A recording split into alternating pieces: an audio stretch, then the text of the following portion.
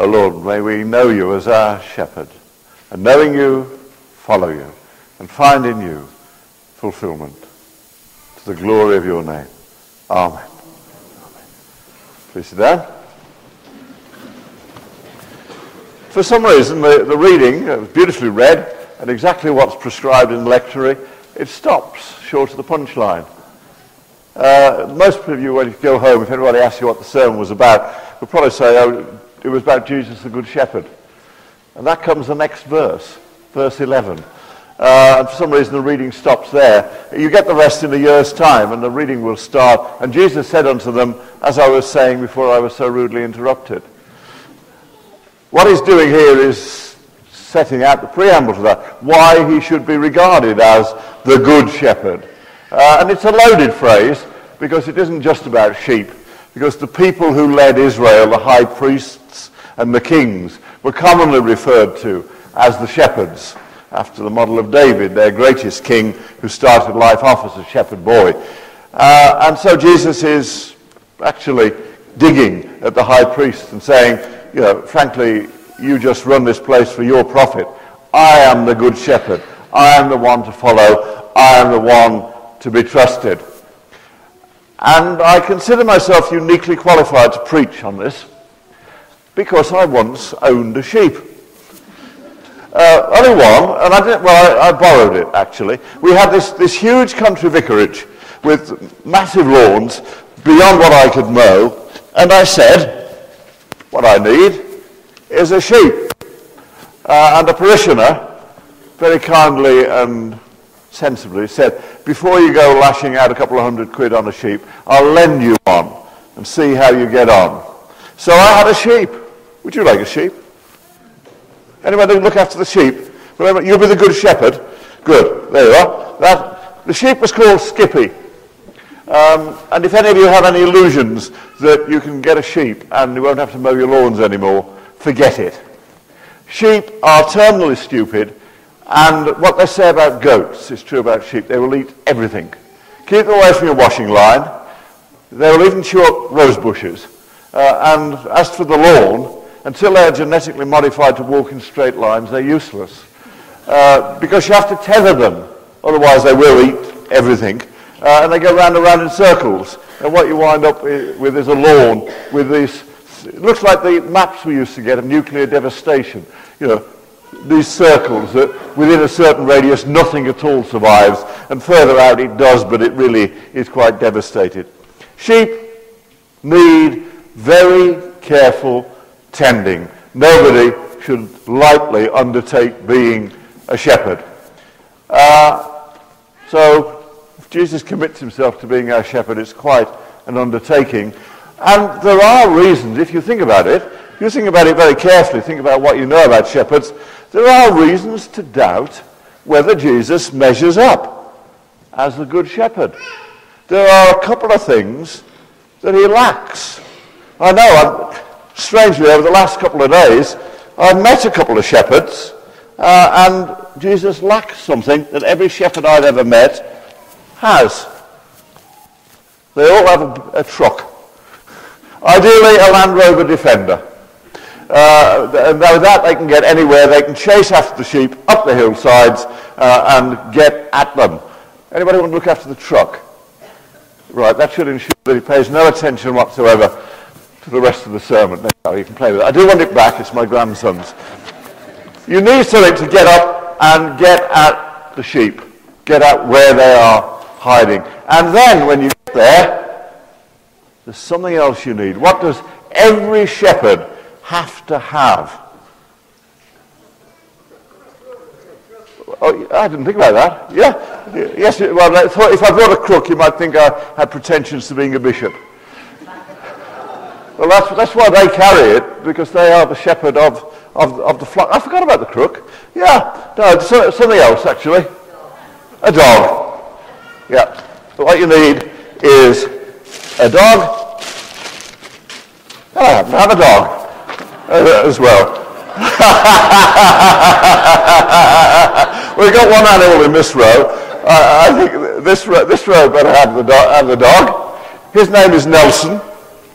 And that's how you look after sheep. You have a big truck and a dog, you go up the hills and you boss them around.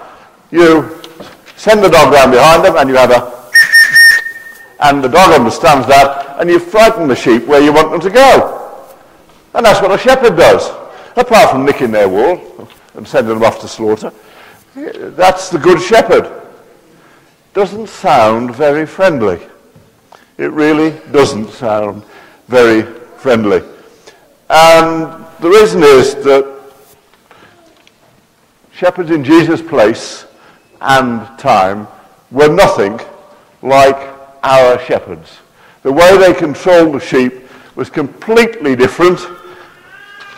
And there are traveller's tales as recently as 100 years ago from what was then Palestine, which we then governed, as we should everywhere.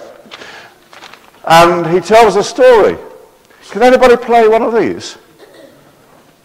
Can you play Bar Bar Black Sheep? No. Can anybody play Bar Bar Black Sheep? Play what you can play.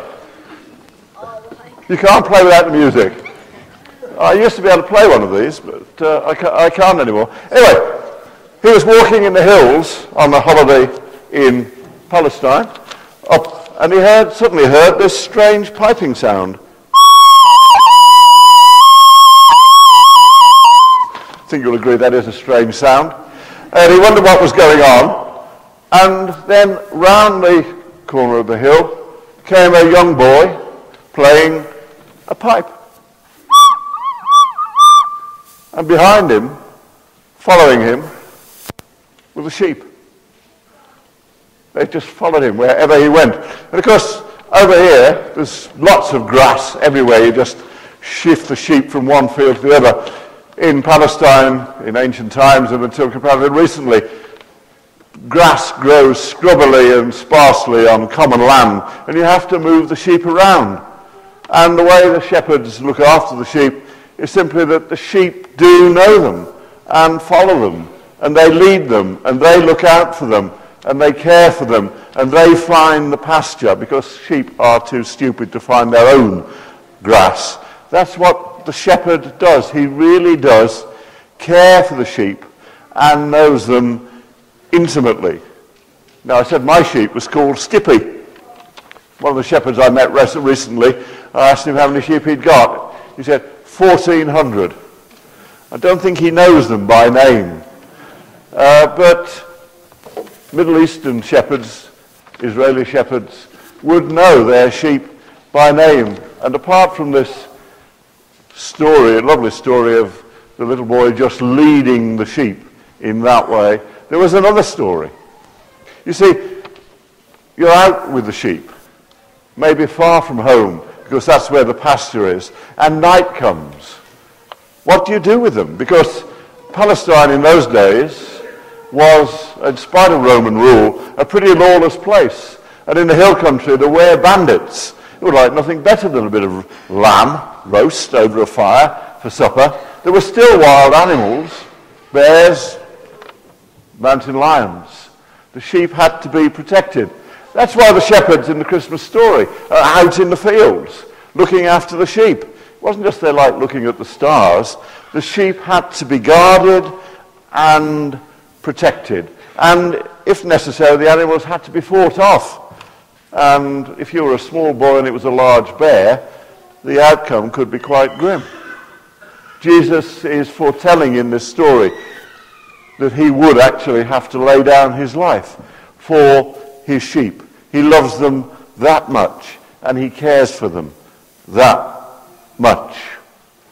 And the storyteller, it's H.V. Morton, if you want it, in The Steps of the Master, and it dates back to the 1930s, tells this story, that a couple of shepherds brought their sheep. Now, you could bring it to a professional sheepfold where there would be a guard. You pay him a denarii or something, and you could go home and get a good night's sleep. And then in the morning, you'd come, he'd know you, and he'd let you have your sheep. If there wasn't one, you find a cave, and you drive your sheep into it. And then, you lay down across the entrance. You are the door of the sheepfold. The sheep are not going to get out, and nothing is going to get in. You act as the door, and you act as the guardian. And in this case, two shepherds competed for the same cave, and both drove their flocks in. Both lay down across the entrance. And in the morning, of course, the sheep had mixed up entirely. And in those days, they didn't put bright red splashes on them like they do nowadays. How do you sort them out? What did they do? The two shepherds walked out from the cave, stood one well off to the left, one well off to the right, and started calling the names of their sheep. And one by one, the sheep came out and went to their master. They knew his voice. One thing you can tell from this is Jesus knew a thing or two about real shepherds. He knew about caring for people. It's not just a made-up story. It's full of the deep imagery of the life of the time and the care that shepherds had for their flock. It's a mutual dependency. The sheep are your livelihood. You take care for them. You are their protector, their provider. With you, they will find good pasture. Left to themselves, they will wander everywhere, and some will die in the desert. Jesus says, I am the good shepherd. And he knows what it takes, and he knows what it means. And he uses it as an image that he calls people to follow him. And if they do, he will be their good shepherd. At whatever cost, he will protect them. He knew it would cost his own life to protect us. And he calls us to follow him. And he says those who do will be safe, will be protected by my love and my care. They will go in and come out, and they will have life and have it more abundantly. I love that phrase. Life in all its fullness, the modern translation says. The old one is life and life abundantly. What does it mean? Well, it means that Jesus wishes the best for us, truly the best for us. And a bit like sheep, we're often blind to what is right and good. We go after our latest whim and impulse. But really, self-indulgence is a pale imitation of true self-fulfillment through striving and being the best that you can. And what does Jesus mean when he says life more abundantly? He means that if we strive to be the best that we can for him, it will be the best for us. For he cares for us like a shepherd cares for his sheep. He wants the best. He wills the best. He just asks that we follow his leading and obey his will. And if we do, we will have life in all its fullness.